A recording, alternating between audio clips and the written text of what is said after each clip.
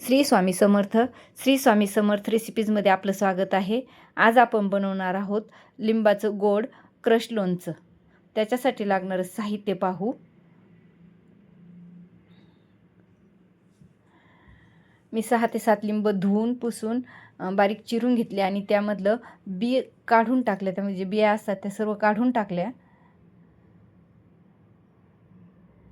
गूळ घेतला, थोडंसं लाल तिखट, चाट मसाला, काळं मीठ आणि मीठ. आता अगोदर आपण चिरून घेतलेले लिंबू सर्व मिक्सरच्या भांड्यामध्ये बारीक करून घेऊ. छान त्याची पेस्ट बनवून घ्यायची.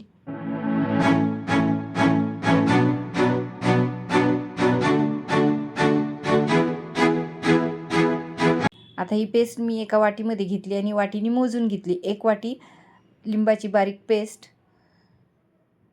आणि त्याच वाटीनं आता गूळ मोजून घ्यायचा.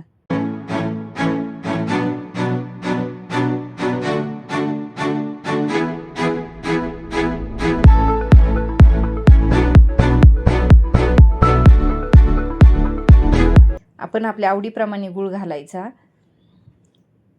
जास्त आंबट लोणचं आवडत नसेल तर आपण गूळ जास्त घालायचा आणि आंबट लोणचं आवडत असेल तर गूळ कमी घालायचा. मी इथं 1.5 वाटी गूळ घातला आहे कारण आमच्याकडे थोडंसं आंबट लोणचं आवडतं.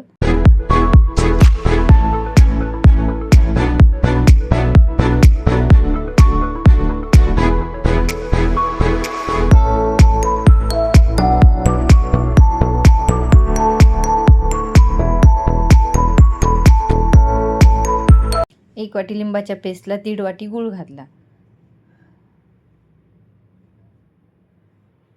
आता त्यामध्ये थोडंसं मीठ,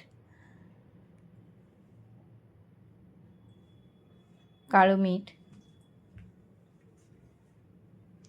चाट मसाला आणि लाल तिखट.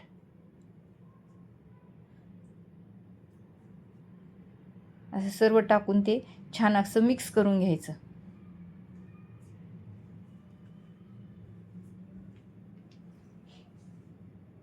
आणि हे लोणचं करताना स्टीलच्याच भांड्यामध्ये बनवायचं. स्टीलची कढई किंवा स्टीलच्या पातेल्यामध्ये, कारण पितळेच्या भांड्यात किंवा ॲल्युमिनियमच्या भांड्यामध्ये बनवायचं नाही.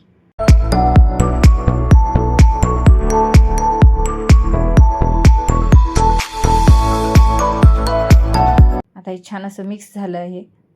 आता याला आपण गॅसवर ठेवू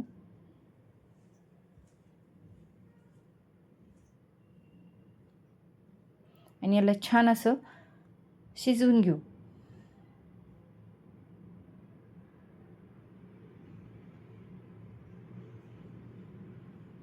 दहा मिनिटात हे छान असं शिजवून निघतं. गूळ छान असा मेल्ट होतो.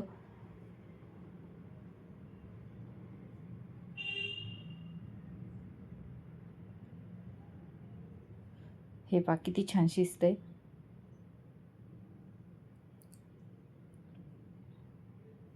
आता हे थोडंसं असं घट्ट होऊ द्यायचं, तोपर्यंत छान शिजू द्यायचं. एकदम असं निब्बर घट्टही नाही करायचं, पण असं थोडंसं सैल ठेवायचं. पण ह्यापेक्षा जास्त घट्ट करायचं जरा थोडंसं.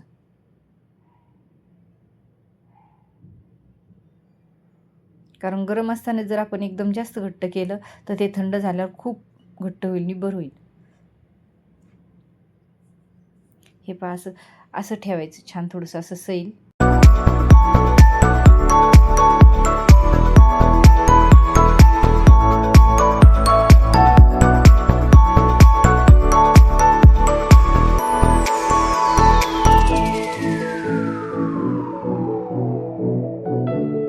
आता गॅस बंद केला आहे.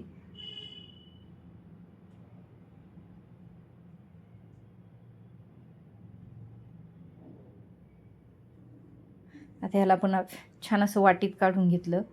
हे 2 ते 3 दिवसात छान मुरतं हे लोणचं.